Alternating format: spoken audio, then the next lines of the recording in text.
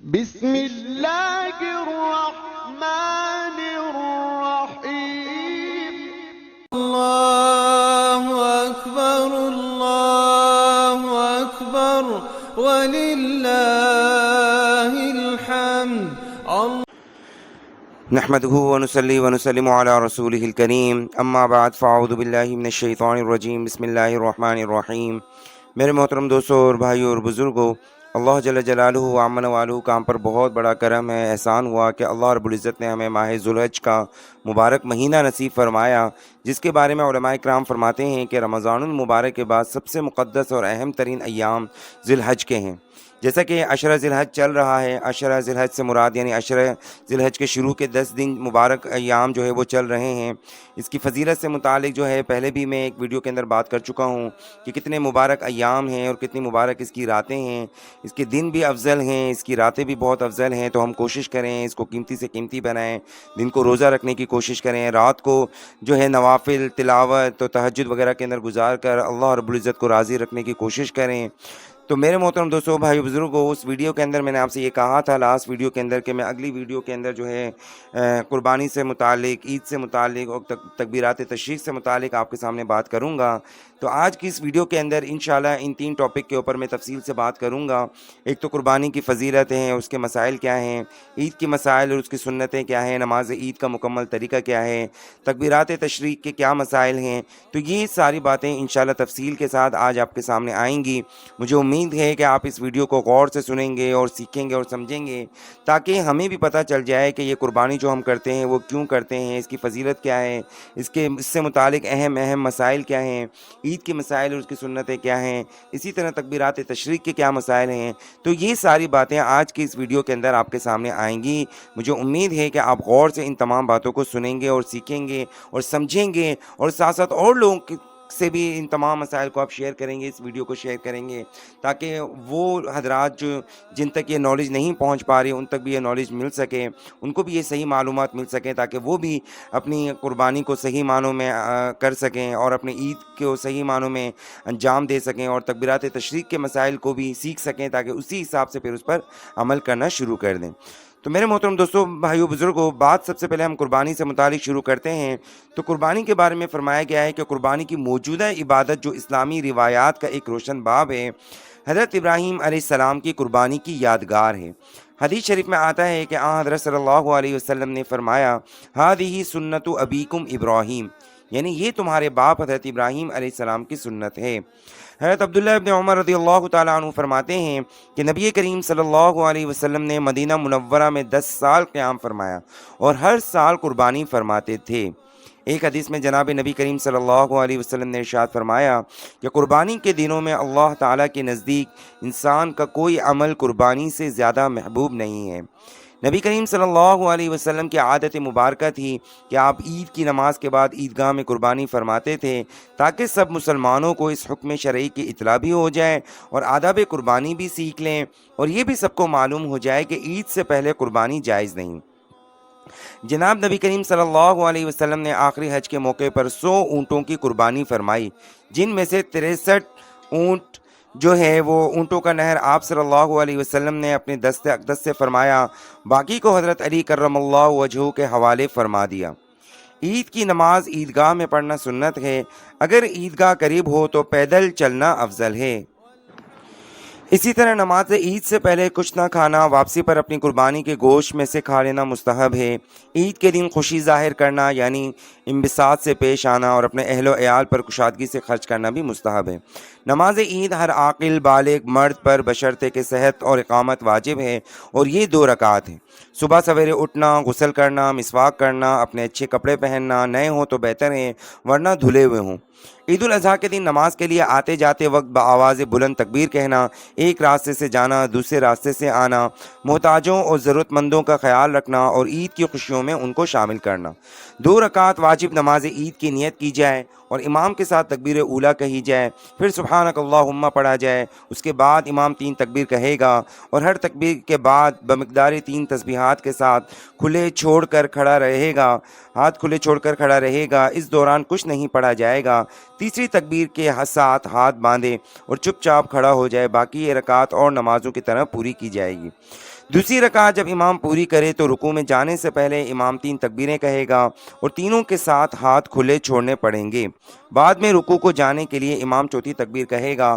باقی نماز اور نمازوں کی طرح پوری کی جائے۔ نماز کے بعد دونوں خطبے سننا سنت ہے، دعا خطبے کے بعد ہی کی جائے۔ 9 ذی الحجہ کی نماز فجر سے تکبیرات تشریق شروع ہو جاتی ہیں۔ تکبیرات تشریق ہر مسلمان عاقل بالغ پر فرض ہیں۔ ہر فرض نماز کے بعد خواہ وہ جماعت سے پڑھی گئی ہو یا علیحدہ پڑھی گئی ہو، ایک مرتبہ بلند آواز سے پڑھنا ضروری ہے۔ البتہ خاتون کے لیے یہ حکم ہے کہ وہ آہستہ پڑھیں۔ اگر امام بھول جائے تو مقتدیوں کو پڑھنا چاہیے، یاد آتے ہی اس کا پڑھنا ضروری ہو جاتا ہے۔ اگر پہلے کی قضا نماز ایام تشریق کے دنوں میں پڑھ لی گئی تو اس فرض نماز کے بعد بھی تکبیر پڑھی جائے گی۔ اگر ایام تشریق کی کوئی نماز بعد میں پڑھی گئی تو تکبیریں نہیں کہی جائیں گی۔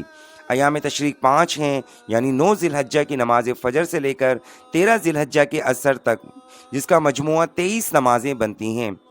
البتہ جو مسبوق نمازی ہیں، یعنی جو نماز کے درمیان میں شامل ہوا ہے، وہ بھی اپنی نماز پوری کرنے کے بعد تکبیر پڑھے گا۔ نماز عید کے بعد تکبیرات تشریق پڑھنا جائز ہے۔ تکبیرات تشریق کے الفاظ یہ ہیں: اللہ اکبر لا الہ الا اللہ واللہ اکبر وللہ الحمد۔ اس کے بعد اگر ہم بات کریں قربانی کے مسائل، تو قربانی ہر مسلمان عاقل بالغ صاحب نصاب اور مقیم پر واجب ہے۔ واضح رہے کہ نابالغ پر بھی بشرط غنی ہونے کی، یعنی اگر وہ نابالغ بچے غنی ہیں، مالدار ہیں، تو ان کی قربانی بھی واجب ہے۔ نابالغ کی طرف سے اس کا باپ یا ولی قربانی کر لے تو یہ ان کے لیے مستحب ہے اور اسی پر فتویٰ ہے۔ قربانی نعمت زندگی کا شکرانہ ہے اور حضرت ابراہیم علیہ السلام کی میراث کو زندہ کرنا ہے۔ مسافر پر قربانی نہیں ہے۔ قربانی کے دن متعین ہے، یعنی ذی الحجہ کی 10 کی نماز عید کے بعد سے شروع ہو کر 11 اور 12 ذی الحجہ کے عصر تک ہے۔ دیہات والوں کے لیے، یعنی جو گاؤں دیہات میں رہنے والوں کے لیے 10 ذی الحجہ کو صبح صادق کے بعد قربانی کرنا جائز ہے، مگر نماز عید سے پہلے شہریوں کے لیے ناجائز ہے۔ مستحب وقت پہلا دن نماز عید اور خطبہ سننے کے بعد ہے۔ قربانی رات کو بھی ہو سکتی ہے، مگر یہ عمل مکروہ ہے۔ قربانی خود کرنا افضل ہے، بشرطے کہ وہ قربانی کا طریقہ جانتا ہو۔ اگر کسی دوسرے سے قربانی کرائی تو کوئی حرج نہیں، لیکن قربانی کے وقت اس کا موجود ہونا بہتر ہے۔ جس اونٹ کی قربانی کی جائے وہ کم از کم 5 سال کی عمر تک ہونا چاہیے۔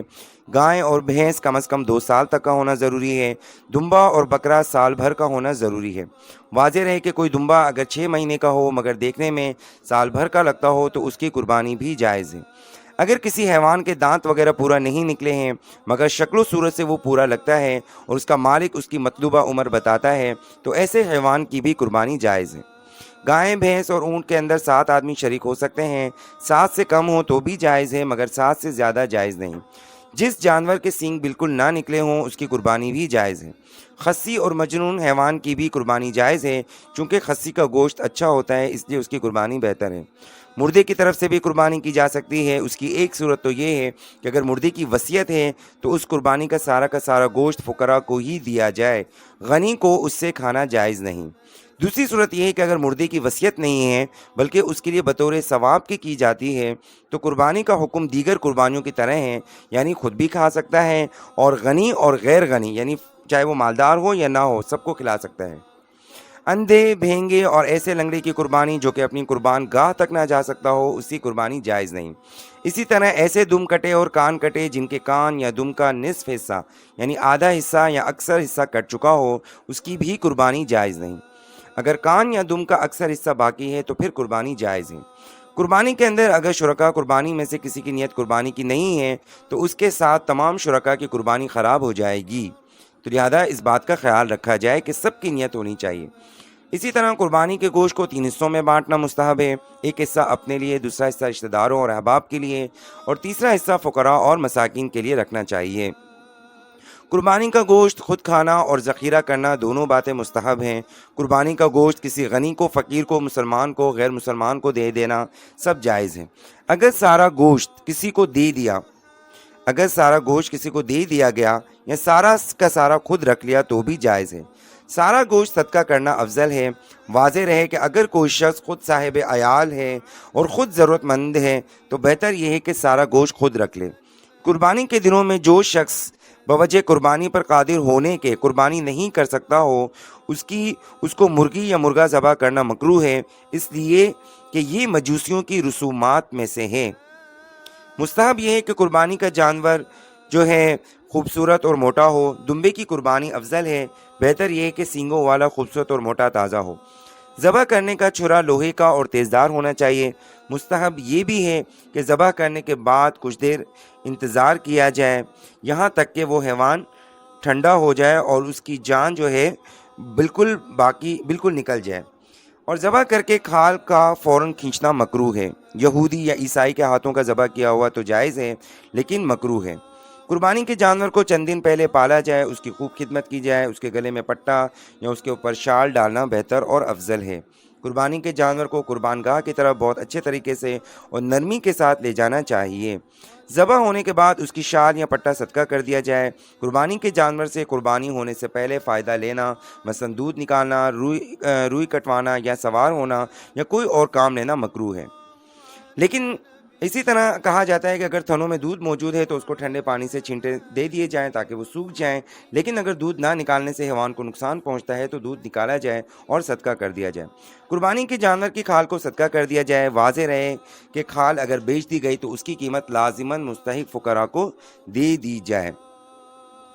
قربانی کے جانور کا گوشت یا اس کی کھال بطور عوض کے قصاب وغیرہ کو دینا جائز نہیں ہے، ٹھیک ہے۔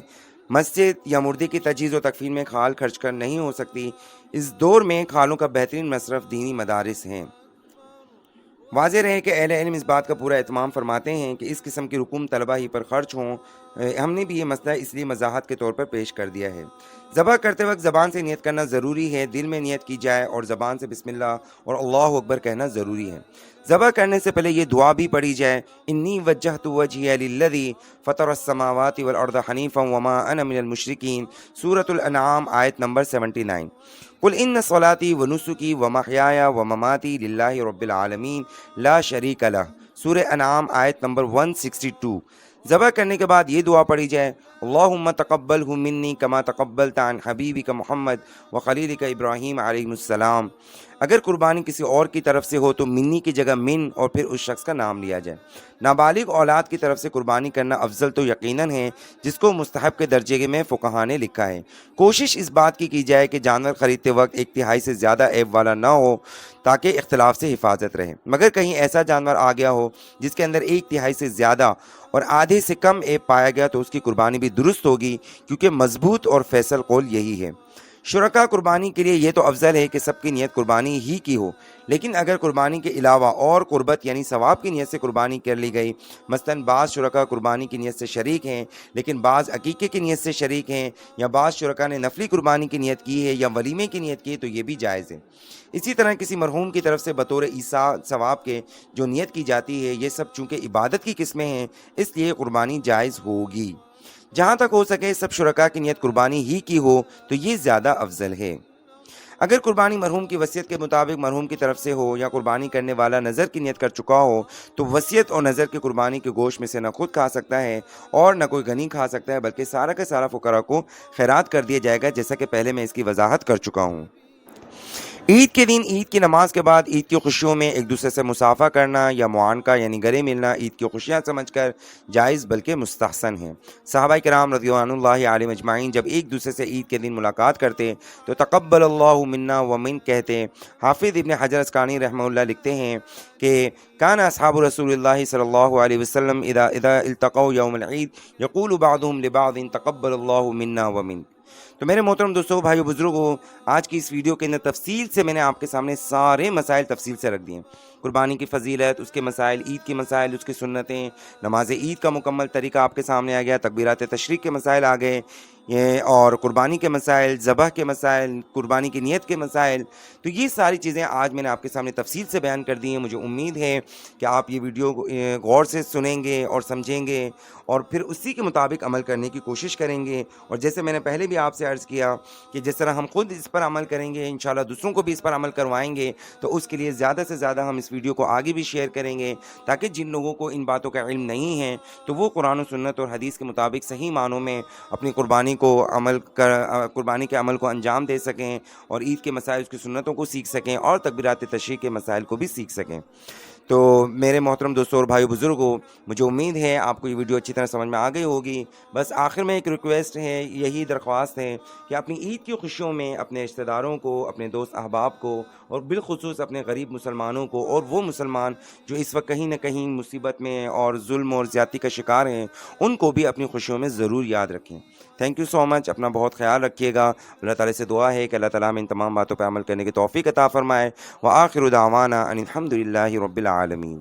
اللہ اکبر اللہ اکبر وللہ الحمد۔